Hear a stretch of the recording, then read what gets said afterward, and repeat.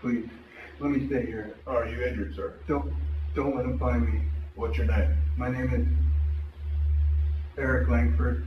In the summer of 1989, 14-year-old Boy Scout Eric Langford disappeared without a trace in the Adirondack forests of New York State. The search operation became one of the largest in the region's history, but it yielded no results. 3 weeks later, the boy was declared dead. His parents spent the rest of their lives not knowing what had happened to their son. But in the fall of 2001, a man walked into the Albany police station claiming to be Eric Langford. A DNA test confirmed the impossible. The boy who had disappeared 12 years ago was alive. What he told investigators revealed one of the most horrific kidnapping stories in American criminal history. Eric Langford was an ordinary teenager from the suburbs of Albany. 14 years old in 8th grade, he was interested in baseball and model airplanes. His parents described him as a calm, responsible boy who never got into trouble. That summer, he went to Boy Scout camp for the first time, a 2-week program in the Adirondack Forest, one of the largest nature reserves in the eastern United States. The camp was located deep in the woods, 40 miles from the nearest town. The territory covered about 200 acres around Black Pond. 50 boys aged 12 to 16, 6 instructors. The program included hiking, orienteering, wilderness survival, and rock climbing. Eric arrived there on July 17th with his group of 8. The group was led by an instructor named David Harrison, an experienced hiker with 20 years of experience working with children. The first week passed without incident. Eric participated in all the activities, made friends with the other kids in the group, and wrote short letters home about fishing and campfire songs. The instructors noted that the boy was disciplined, attentive, and did well with his assignments. Nothing foreshadowed the tragedy. The evening of July 17th was warm and clear. Eric's group was preparing for a night hike, a traditional camp activity where the group would go into the woods, set up a temporary camp, and return in the morning. The boys packed their backpacks and checked their equipment. Around 7 p.m., Instructor Harrison discovered that they had forgotten to collect water. The stream was 200 meters from the main camp, and the path to it was well-trodden and safe. Eric volunteered to go. He took 2 plastic canisters, each holding a gallon, and headed for the stream. Harrison saw the boy disappear behind the trees. That was the last time anyone saw Eric Langford free. 20 minutes passed. Eric did not return. Harrison sent 2 older boys to check if everything was okay. They returned 5 minutes later, reporting that Eric was neither at the stream nor on the trail. Harrison went to look for him himself. At the stream, he found both canisters. One was full, neatly placed on the bank. The other was lying on its side, empty. There were no signs of a struggle, no screams. It was as if the boy had simply vanished. The alarm was raised immediately. By 8 o'clock in the evening, all the camp instructors were combing the area with flashlights, shouting Eric's name.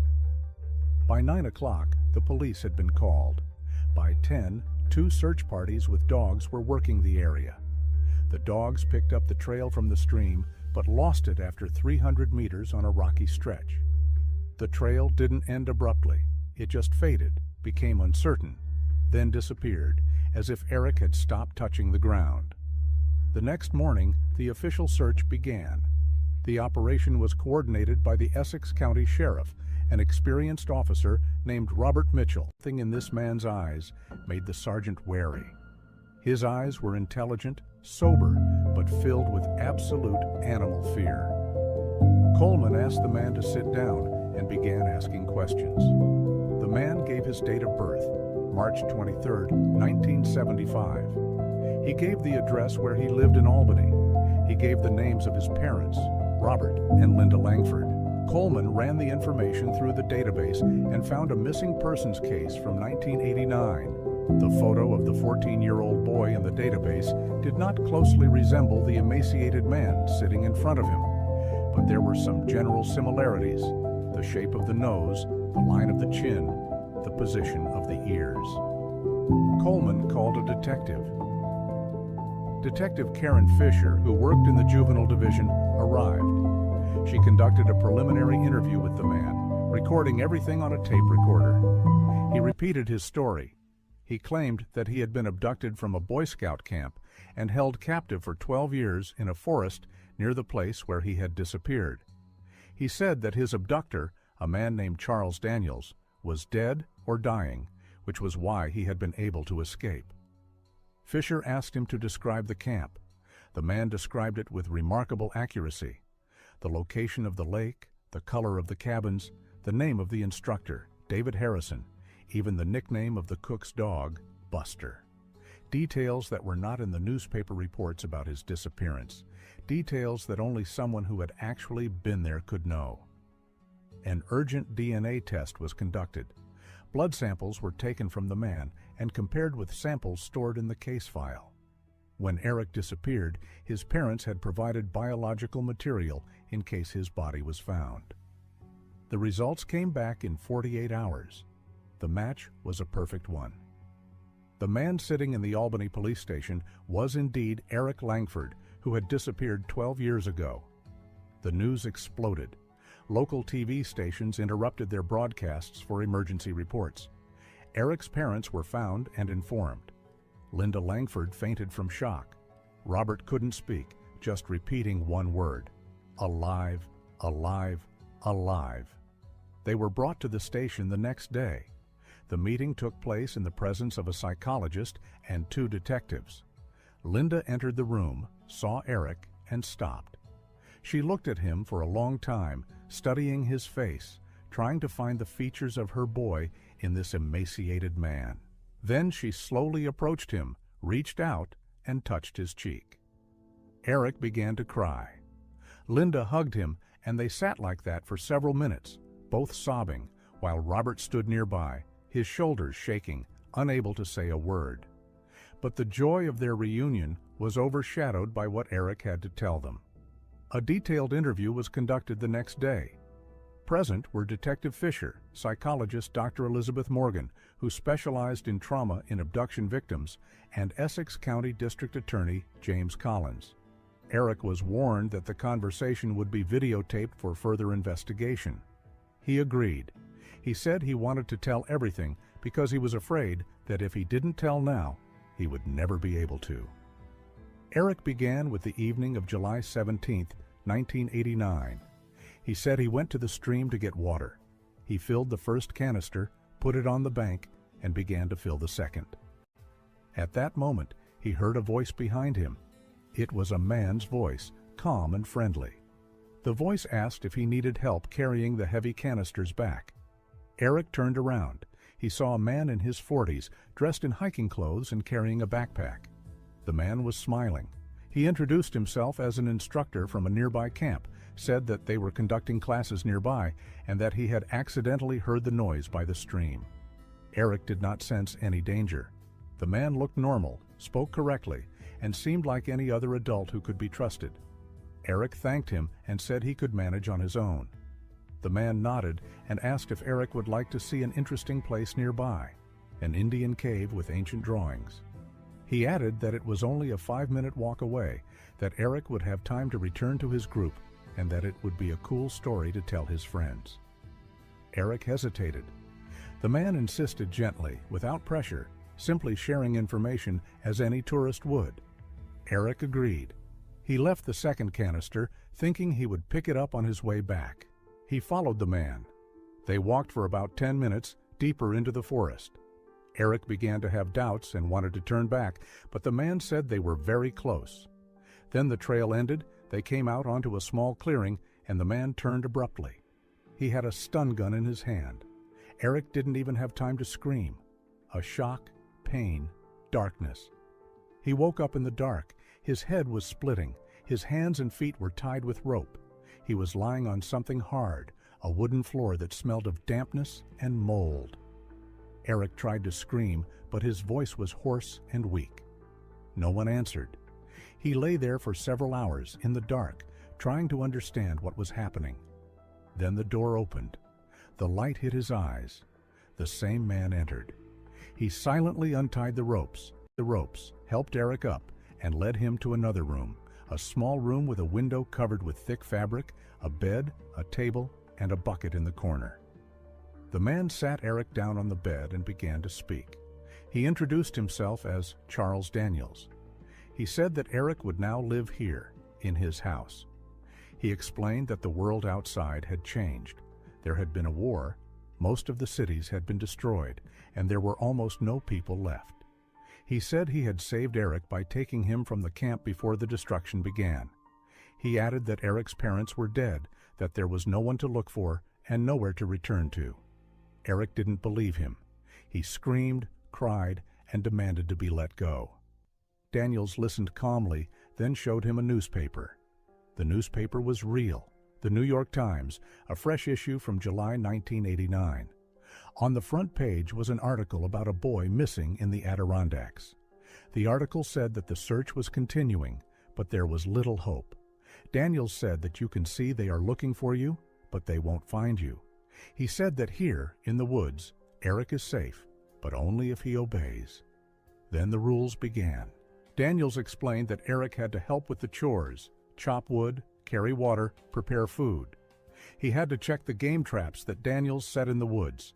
He had to be quiet, obedient, and not try to run away.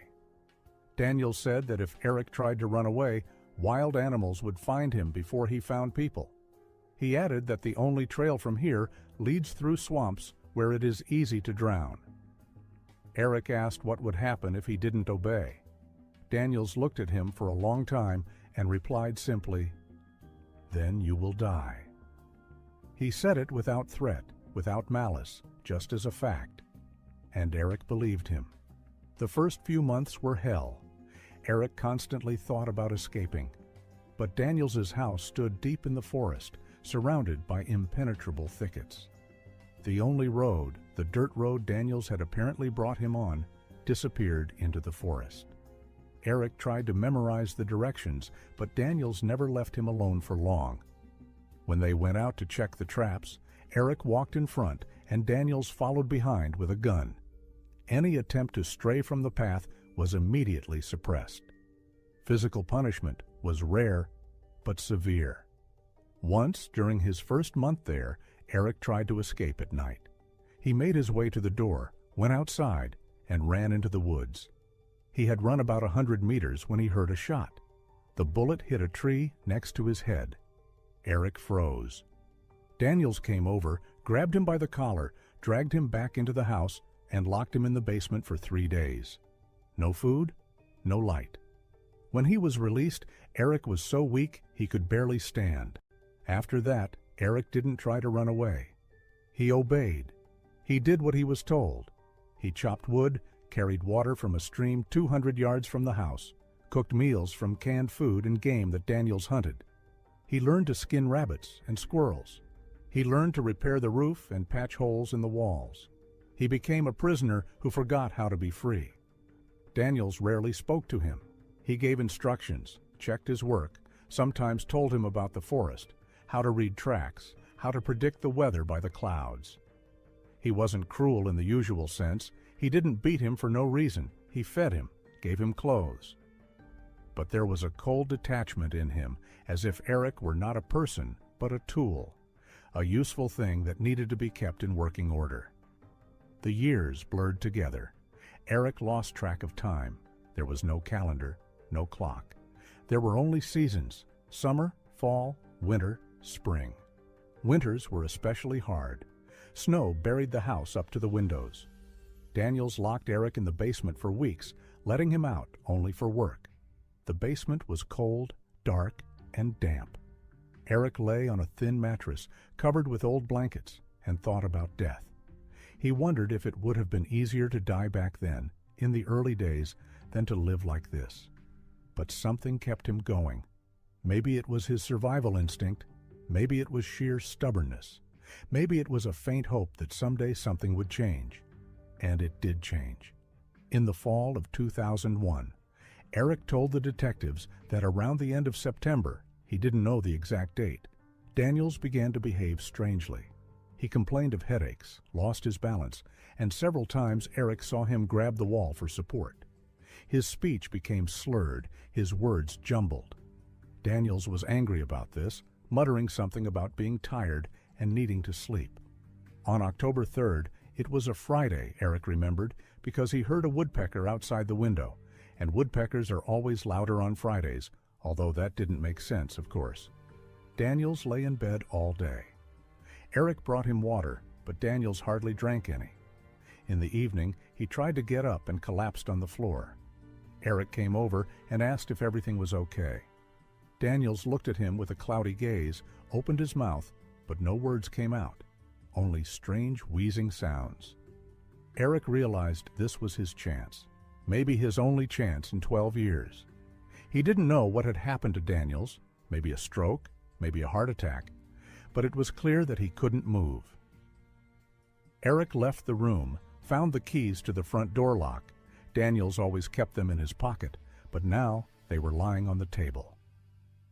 Eric took the keys, opened the door, and ran. He ran along the dirt road, not knowing where it led, just running away. It was already dark, and the moon barely lit the road. He ran for an hour, maybe more, until he saw lights ahead. A small town, a few houses, a gas station. Eric ran into the gas station, saw people, real people, not Daniels, and couldn't believe it. He asked where he was. He was told North Creek, a small town in the Adirondacks. Eric asked for the police. He was taken to the North Creek police station. From there, they contacted Albany. The next day, Eric was already in the big city, giving testimony, meeting with his parents, starting a new, unfamiliar life. The police went to Daniels's house immediately after receiving the coordinates from Eric. The coordinates were approximate. Eric could not pinpoint the location, describing only the direction and landmarks. The search took 2 days. They found the house on the third day, deep in the woods, 12 miles from the nearest road. The house was an old hunting lodge, 1 story, with an extension. The windows were boarded up. The area around it was cluttered with old tools, firewood, and rusty traps. The detectives entered with a warrant. Inside, they found Daniels on the floor, unconscious but alive. An empty whiskey bottle lay nearby. An ambulance was called, and Daniels was taken to the hospital. An inspection of the house confirmed everything Eric had said. The basement had been converted into a cell. The walls were covered with plywood, topped with soundproofing made from old carpets and foam rubber. Homemade metal locks on the door made it impossible to open from the inside. The window in the room where Eric lived was boarded up, and there were scratch marks on the frame, as if someone had tried to break out. Eric's clothes were found in the house, the same Boy Scout uniform he was wearing when he disappeared. A shirt and pants neatly folded in a box. Old newspaper clippings about his disappearance were found. Dozens of articles neatly pasted into an album. So Daniels was following the search, knew they were looking for the boy, knew who he had kidnapped. They found a daily schedule written by Daniels on a large sheet of paper nailed to the wall in Eric's room. The schedule included wake-up time, a list of chores, and rules of conduct. At the end of the list was a threat. Disobedience will be punished. Escape will result in death. Everything was planned and systematized. This was not a spontaneous crime. It was a planned operation to capture and hold a person. DNA evidence definitively linked Daniels to the crime scene. Hair, skin cells, traces on objects. Everything indicated that Eric had indeed lived here for many years. Forensic experts also found traces of other people, hair that did not belong to either Eric or Daniels. This opened up a terrifying possibility. Was Eric the only one? Investigators began reviewing old cases of missing persons in the region. They discovered that over the course of 30 years, 23 people had disappeared in the Adirondacks, mostly teenagers and young adults. Most of the cases remained unsolved. Detectives requested exhumations for DNA analysis, but the results were inconclusive. Several samples matched hair found in the house, but this was not 100% conclusive evidence. Daniels was hospitalized with a diagnosis of massive ischemic stroke. This was not 100% conclusive evidence. Daniels was hospitalized with a diagnosis of massive ischemic stroke. He was in a coma. Doctors gave him minimal chance of recovery. Investigators stood guard outside his room, waiting for him to regain consciousness so they could question him. But that never happened. 4 days later, Daniels died without ever waking up. His death closed many questions forever. The motives for the crime, the details of the abduction, information about possible other victims, all remained unknown. Daniels took his secrets to the grave. Eric began the long process of rehabilitation. He was physically emaciated, weighing 120 pounds at 5 feet 10 inches tall. His teeth were in poor condition due to lack of care. He had chronic vitamin deficiency. His vision was impaired from spending so much time in poorly lit rooms. The psychological trauma was even more severe. Dr. Morgan worked with Eric for several months. She diagnosed him with severe post-traumatic stress disorder, depression, and signs of prisoner syndrome. Eric couldn't sleep in closed rooms. He demanded that the door be left open. He was afraid of enclosed spaces. He flinched at loud noises. For the first few weeks, he woke up every night screaming, convinced that he was still in the basement. His parents did everything they could, but they understood that their son had returned a different person. The boy who left for camp 12 years ago was gone. Instead, a man with a broken psyche, lost years of youth, and an experience that could never be forgotten, had returned. The media besieged the family. The story of the kidnapping made the front pages of national newspapers. Journalists camped outside the Langfords' house, demanding interviews and offering money for exclusive stories. The family hired a lawyer who set up a cordon. The trial did not take place. The defendant was dead. The prosecutor's office closed the case as solved, with the proceedings terminated due to the death of the suspect. The Langford family filed a civil suit against Daniels's estate. He had a small house in a nearby town and some savings. The court upheld the claim, awarding Eric $200,000 in compensation. The money went toward his treatment and rehabilitation. 20 years have passed since Eric's return. He lives quietly, away from the public eye. He changed his name and moved to another state. He works in a field that does not involve people, something technical and remote. He is married and has a child. His parents say that he has learned to live again, although the wounds will never completely heal. Daniels's house in the forest was demolished by order of the authorities. The site is considered a crime scene and is closed to visitors. Sometimes curious people come there, thrill seekers, bloggers who shoot videos about abandoned places. But there is nothing left there, only the foundation, overgrown with grass, and the silence of the forest. The story of Eric Langford has become one of the most high-profile kidnapping cases in the United States. The case is studied in law enforcement training programs as an example of long-term victim retention and successful survival. But for Eric himself, it's not a story. It's 12 years of his life that can never be returned. It's a childhood stolen by a man whose motives remain a mystery. It's a daily struggle with memories that time cannot erase. And it is a reminder that sometimes monsters do not live in fairy tales, but deep in the woods, in old houses where roads do not reach. And that disappearance is not always the end, but sometimes the beginning of the worst nightmare that can last for years.